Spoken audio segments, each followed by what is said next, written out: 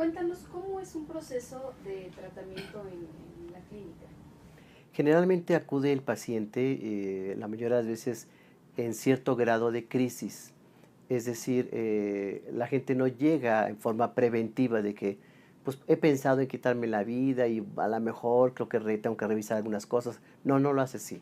La mayoría, diría yo, el 90% de los pacientes que acuden es porque ya lo intentaron y este intento fue frustrado. Es importante mencionar que hay quienes lo intentan una, dos, tres. He tenido pacientes con 18 intentos suicidas. Esto quiere decir que hay necesidad de atender un problema que no se ha estado resolviendo. En el momento en que el paciente nos llama o nos contacta vía correo electrónico, se le da una cita. Esta cita tiene la intención de hacer, primeramente, abrir un expediente, hacer una entrevista y a partir de ello tener una impresión diagnóstica, un pronóstico y las sugerencias de tratamiento. Aquí la habilidad del especialista, el conocimiento y la experiencia nos va a permitir determinar, y sobre todo el conocimiento de la suicidología, si el paciente es candidato a terapia aquí con nosotros, es decir, si le podemos ofrecer algo. De lo contrario, o se canaliza a otra institución, o si es una situación efectivamente urgente, se deriva inmediatamente a un hospital psiquiátrico. Si el caso fue el de un menor de edad, está el Juan N. Navarro, aquí en la Ciudad de México, y está el Fray Bernardino para los adultos. Obviamente hay hospitales privados y ya de acuerdo a la condición económica del paciente se puede ingresar a uno u otro. ¿En qué casos sí los atiendes tú y en cuáles los refieres a un hospital psiquiátrico? La necesidad de esta evaluación nos da los elementos para identificar qué tan alto es el riesgo. Hay inclusive una clasificación riesgo bajo, riesgo medio y riesgo alto. Para identificar que efectivamente hubiese un riesgo alto, uno es que el paciente esté en crisis emocional, llore mucho, esté muy enojado, amenace con volverlo a hacer e inclusive veamos algún tipo de psicopatología, generalmente de tipo una depresión profunda o alguna un trastorno psiquiátrico como lo podría ser la esquizofrenia. La esquizofrenia de tipo paranoide es la más peligrosa porque aquí hay delirios. Entonces el paciente refiere que lo persiguen, que le quieren hacer daño, que lo van a matar o que hay una confabulación en contra de él. Y estos elementos nos hacen pensar que pues, no es candidato para poder hacer un trabajo con él y entonces lo indicado es internarlo. Me mencionabas que el instituto se dedicaba como a conductas autodestructivas, ¿no? Bueno, además de estos intentos de suicidio que nos comentas, ¿cuáles son los otros motivos por los que alguien acude a terapia o a tratamiento? El principal es el estado depresivo. Generalmente las personas, y aquí el dato importante mencionar, tampoco acuden si es que se empezaron a sentir tristes, aislados recientemente. La mayoría de los pacientes ya llevan una depresión de años, lo cual hace que el diagnóstico sea depresión crónica. Hay 14 tipos diferentes de depresión, nosotros tenemos que identificar el tipo y el grado de depresión, pero mayormente la gente en este estado pues no tiene deseos de vivir, no hay ánimos de hacer cosas, no disfruta la vida y sobre todo está teniendo serios problemas a nivel laboral, escolar, familiar, social y a nivel personal, aquellos que son casados a nivel de pareja, es decir, empiezan a tener conductas ya disfuncionales en diversas áreas de su vida y esto es una de las cosas que los llevan a necesitar atenderse. La otra de ellas es el que el paciente en este autodaño encontremos, sobre todo en jóvenes ahorita más frecuente, el cutting, que es el acto de cortarse. Este cutting, pues de los 28 años que llevo yo ya trabajando en la clínica, pues aproximadamente de 10 años para acá empezó a presentarse y de 3 o 4 años a lo mucho, el incremento, sobre todo en preadolescentes 11, 12 y 13 años, ha estado a la alta. Estos cortes pueden ser muy leves o inclusive muy severos. Se determina algo ahí para hacer un diagnóstico claro si el cutting, es decir, el corte, tiene una intención suicida o únicamente es un desplazamiento de una situación emocional dolorosa que no está pudiendo el paciente atender, no pudiéndola hablar. Hay una gran diferencia, de hecho yo tengo un artículo que la gente puede acceder fácilmente. Con mucho gusto más adelante damos la página y los datos para que puedan ver este artículo y muchos más, que se llama ¿Es el cutting un acto suicida? Otro de los elementos que también con mucha frecuencia nos traen pacientes, sobre todo los papás o inclusive son derivados por parte de las escuelas, son los problemas de bullying. Cuando el bullying ha sido una situación ya exacerbada, ha sido una situación tan frecuente, e inclusive cuando el paciente ya no quiere ir o empieza a tener serios problemas de conducta, hay necesidad obviamente de dar una atención más frecuente. Entonces vemos al paciente 2 o 3 veces por semana. Okay. Me comentabas que el proceso de tratamiento, bueno, iniciaba con esta evaluación, ¿no? Y también que había pues este trabajo multidisciplinario que haces en el instituto.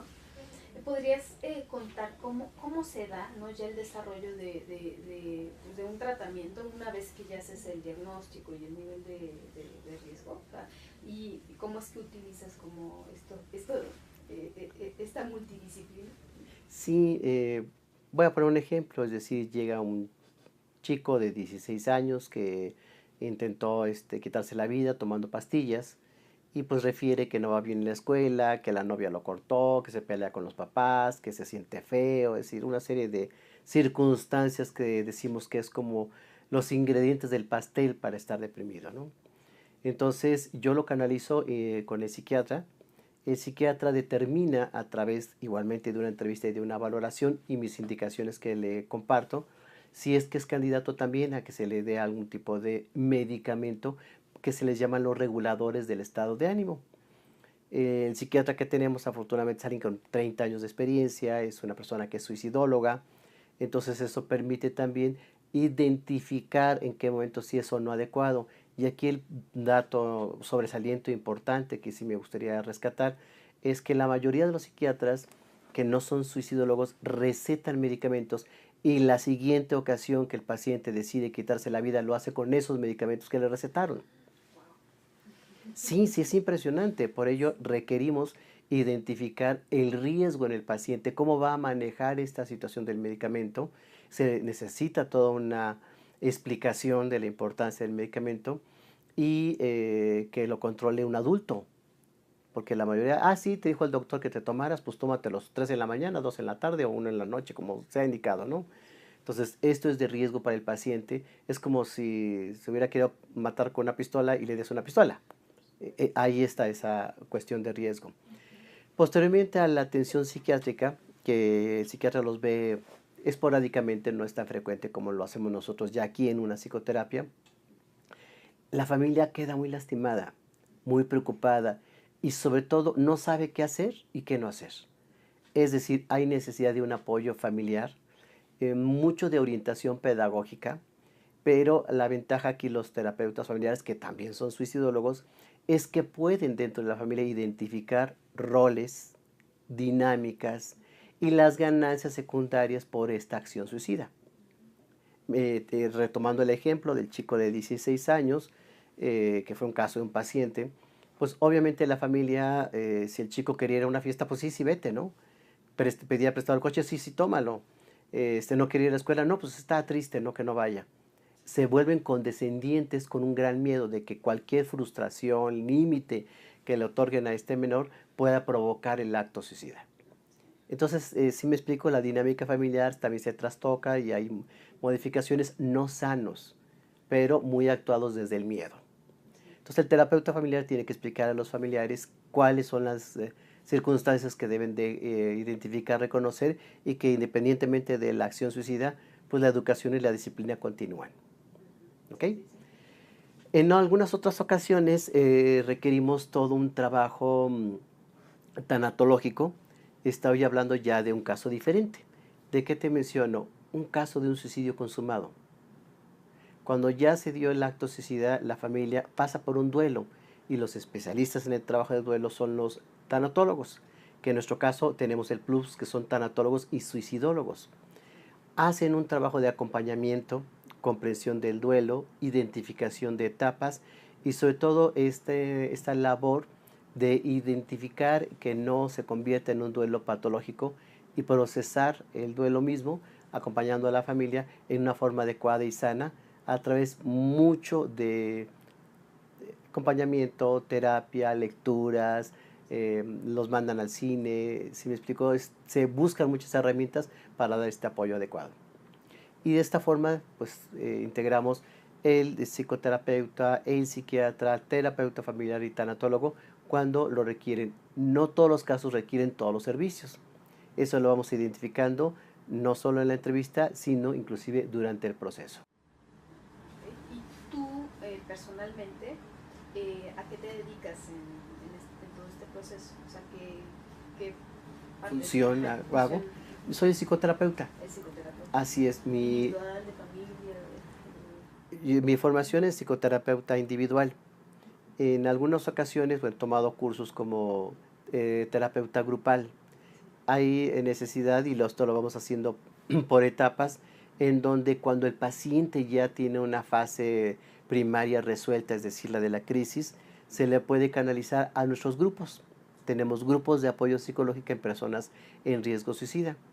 Estos grupos los dirijo yo, tengo un coterapeuta, y de esta forma, una vez por semana, el mismo grupo va alimentándose, va apoyándose, va compartiendo. Es un saneamiento muy interesante que hacemos aquí en el instituto. Cuando es en forma individual, me dedico a atender 1 o 2 veces por semana a los pacientes con sesiones de 45 minutos. Y no me lo preguntas, pero sí es una pregunta interesante que me hacen los pacientes. ¿En qué momento los damos de alta, no? La alta se da cuando a las 3 partes ya estamos de acuerdo en que hubo mejoría. Estamos hablando del paciente, la familia y el terapeuta, yo en mi caso.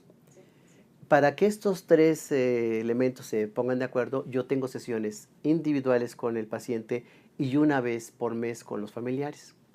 Hay una retroalimentación y esto permite que ellos me digan, los papás o los tutores, los cuidadores, cómo lo ven, qué ha pasado con el paciente, etcétera.